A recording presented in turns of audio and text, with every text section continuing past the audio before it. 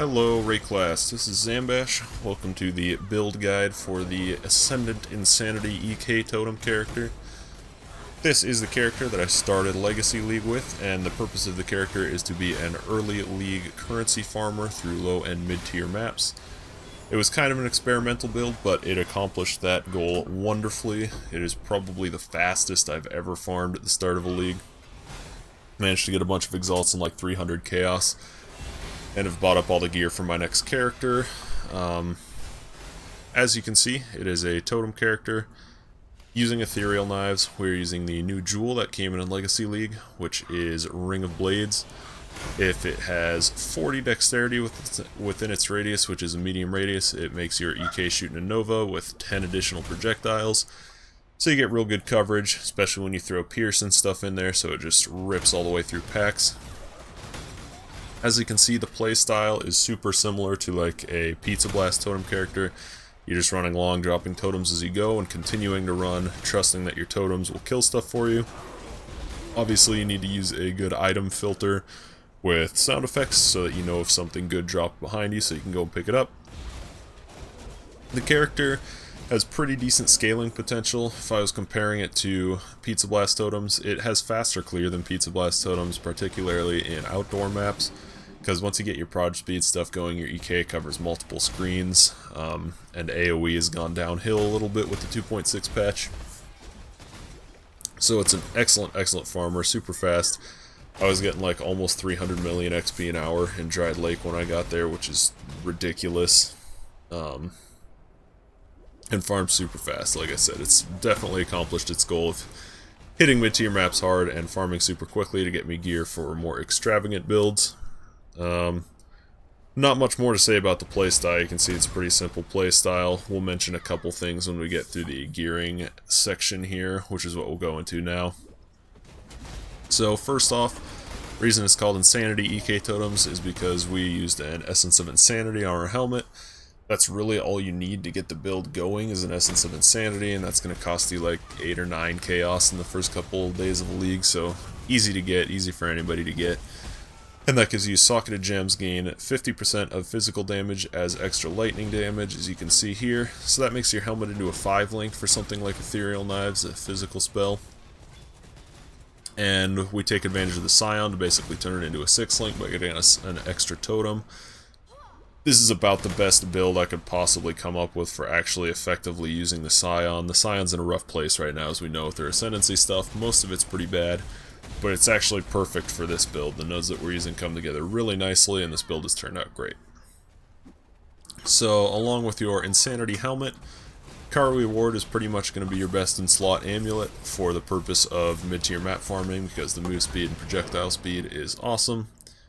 Belly the Beast is a great chest. You can use whatever rare until you get that, but Belly just obviously gives us more life, which is nice. Jewelry here, your rings, belt, boots, all just rares with resists and life to fill your stuff out. Move speed, obviously, one on the boots. Your best gauntlets are going to be Winds of Change. Again, not like needed. These probably won't be available for until a couple days into a league, but they're definitely the way to go once you can get them. Again, projectile speed, projectile damage. For your wands, these wands were like 5 chaos each, so if you look around a little bit, you can find something pretty cheap. Main things you want to focus on are the spell crit and projectile speed, and then beyond that you just want as much spell damage as possible, and I've just Katarina crafted on some flat lightning dispels. These up your coverage and up your clear speed, because once you get that your power charges going and stuff, and you get good spell crit ones, you crit most of the time with your totems as you're running around, even with controlled destruction. So now, speaking of that, we'll go into the gem links next. Your main setup is going to be Ethereal Knives, Pierce, Spell Totem, and Controlled Destruction. That's definitely the best setup. I've actually experimented with a lot of different setups and stuff. I even tried like Chain, but it was just terrible. Chain really blows right now, even though the quality bonus is projectile speed. Pierce is way better. You can swap in slower proj for bosses if you want, but that's not really necessary in mid-tier maps. As far as R's go, you've got Hatred, and you've also got Herald of Ash. Those both add elemental from physical, and since EK is physical, they work for us. Put a Flame Dash somewhere. Put a cast when damage taken lightning golem somewhere, along with a lightning trap. And then we're also running your usual cast when damage taken setup of cast when damage taken, increased duration, and immortal call. And then get a Vol Haste in there when you can as well. We're in a couple supplemental setups here. We've got an EK Curse on Hit projectile weakness. We're taking as much advantage of the Ring of Blades as we can, so we use it wherever we can, and it's great with Curse on Hit EK. EK's got a super fast base cast speed, so you can just fling that out and the Ring of Blades will make it hit everything around you with projectile weakness. We really only use it on bosses and tough rares. And then one thing to note, and we'll see this in a minute, is the Hierophant node gives you some charge generation, but it's not really super reliable. So if you're ever getting low on charges, here we've got an EK, increased crit strikes, power charge on crit. If your charges are about to run out, just throw that once and it'll top your charges back off. So now we'll go and look at the passive tree and why the Scion actually works really well for this. We go in and look at the Hierophant node, you can see that skills in your helmet get an additional totem, so that's why we're using the Essence of the Insanity in the helmet, why it lets us get a lot of effectiveness for super cheap, because you just need a 4-link. And it also gives us that power charge thing we mentioned. 20% chance to gain a power charge when you place a totem. That'll get you going and keep you up most of the time in maps, but like I said, if you see your charges are getting low on duration and you think they're going to expire, just throw that power charge on crit EK setup once and you're good to go. Going through the shadow, we grab Assassin for the base crit, really nice for helping us get our crit up to reliable levels, and the crit multi of course is nice. And also we use Path of the Shadow very effectively on this character to grab some important stuff on that side of the tree. When you're leveling, I would say just level self-cast EK, maybe even all the way until Murk-Dried Lake. You don't want to switch to totems too early or your damage will just feel really bad. Make sure you're like leveling up your spell totem gem and stuff in the background though as you go. If you can get the jewel right away, the jewel becomes 1 chaos, like all the threshold jewels instantly. You can equip it at level 4 in this jewel slot for the Scion, so you can start Nova EKing right away, which made leveling really fast and easy. Head out through here, skip the totem stuff as you're leveling, just head up to the spell damage and whatnot. But eventually, as you're getting into the final build, you got totem nodes here, all this life, totem nodes here, your jewels, you just want life and as much damage as you can get.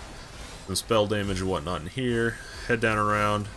Obviously grab Ancestral Bond before you even think about switching your totems, because a single totem isn't going to do you much good.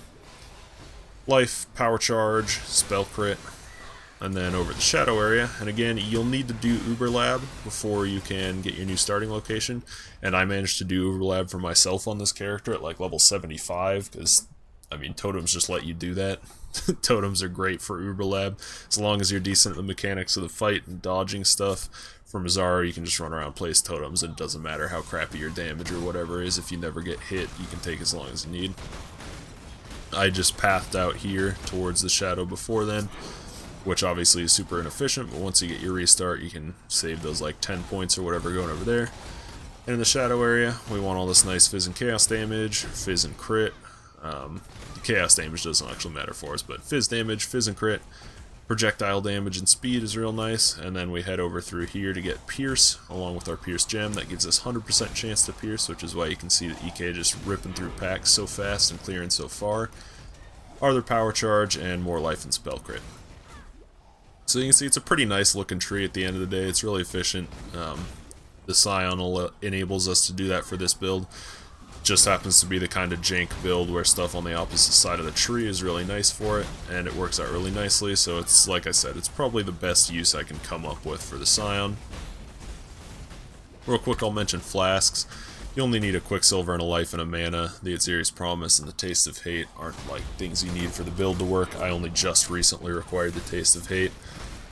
If you are going to try and push this up into higher maps rather than just using it as a mid-tier map clear, and I have done some like T12s, and you can find a video of an Obas on my channel, you're going to want the Taste of Hate, and you're going to want some pretty good gears. I've got you really filling out your resists, you want some diamond rings, Belly the Beast again to get your health pool to a reasonable level for higher level maps. But you can push the build high if you want to, getting high level gems. If you got like a level 21 EK, that would be really big. But the purpose of this guide was just to highlight the build's potential as an early league farmer, and it's done excellently for me. I wouldn't be at all surprised if I end up starting the next league with this as well, because it's just been really fun. I've enjoyed it a lot, and it's been super fast.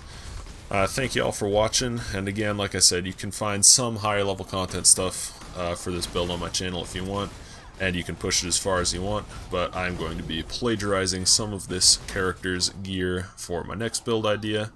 So I will put a path, or an atlas of builds rather, link in the video description that will have a single image that'll have all of my gear, passives, skill gems, yeah, just everything you need to know about the character in a single image. That way, even once it changes on my character page on the Path of Exile website, you'll still be able to see all the stuff you need to see. So thanks for watching. Hit that subscribe button if you want to see more. There'll be more stuff coming. There'll be definitely a build guide for the next character that I'm going to be stealing some of this gear for. It's going to be pretty crazy. See you in Rayclast, and thanks for watching.